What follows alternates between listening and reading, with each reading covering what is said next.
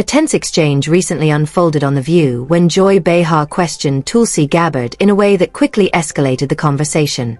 What began as a pointed critique turned into a broader debate about political identity, loyalty, and media framing. Supporters of Gabbard argued she was unfairly characterized, while critics maintained that tough questioning is part of the territory in national politics. The segment immediately drew attention online, with viewers divided over who handled the moment more effectively. More than a lot of the Democrats about the impeachment inquiry. Were you surprised by what he did yesterday? Well, look, the facts are important, and we'll get to that. I want to start with something that I think is also important about facts, because recently on your show here... I was just going to get to that. Good. Helping you out. You want me to ask you have accused me of being a traitor to my country, a Russian asset, a Trojan horse, or a useful idiot, I think was the term that you used. Which basically means that I'm naive or lack intelligence to know what's going on. They use that. I want to let your viewers know exactly who I am. All right. Set the record straight. I am a patriot. I love our country. I am a strong and intelligent woman of color, and I have dedicated almost my entire adult life to protecting the safety, security, and the freedom of all Americans in this country. It was the attacks on 9/11.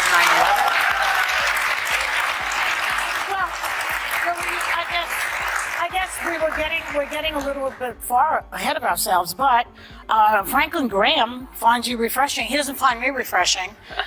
Richard Spencer, the white nationalist leader, says he could vote for you. Joy, this is why you're on Tucker Carlson at least 10 times. Why don't you go on Chris Wallace? Part of the discussion centered on media environments and whether certain programs operate within ideological bubbles. Critics of the show argue that it leans heavily progressive, while defenders say it reflects mainstream viewpoints shared by much of its audience.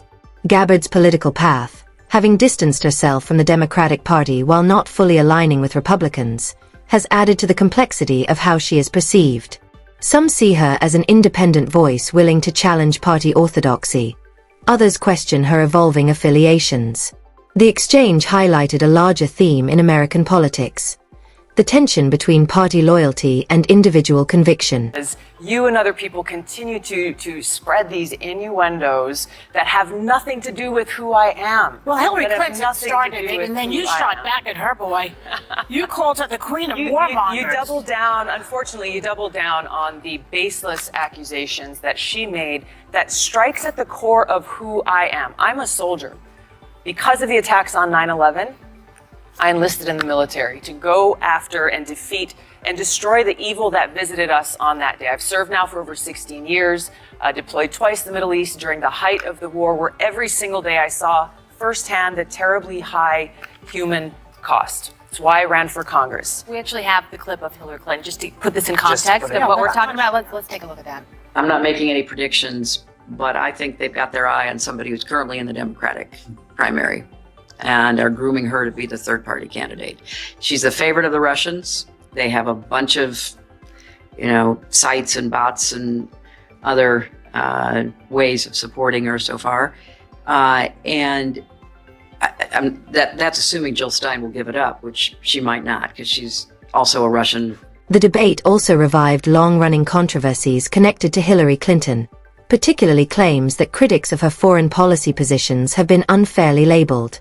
Issues such as the 2016 email investigation, the 2012 Benghazi attack, and broader concerns about foreign influence often resurface in these discussions.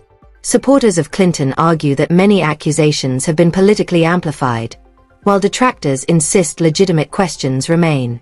The intensity of the reaction underscores how deeply polarizing her legacy continues to be years after leaving office. So really? I mean, this is outrageous. This is outrageous and offensive on so many levels. I've served as a member of Congress now for almost 7 years, receiving high-level national security and intelligence briefings, serving on the Foreign Affairs Committee, the Armed Services Committee, the Homeland Security Committee, working to ensure the safety and security of the people of this country.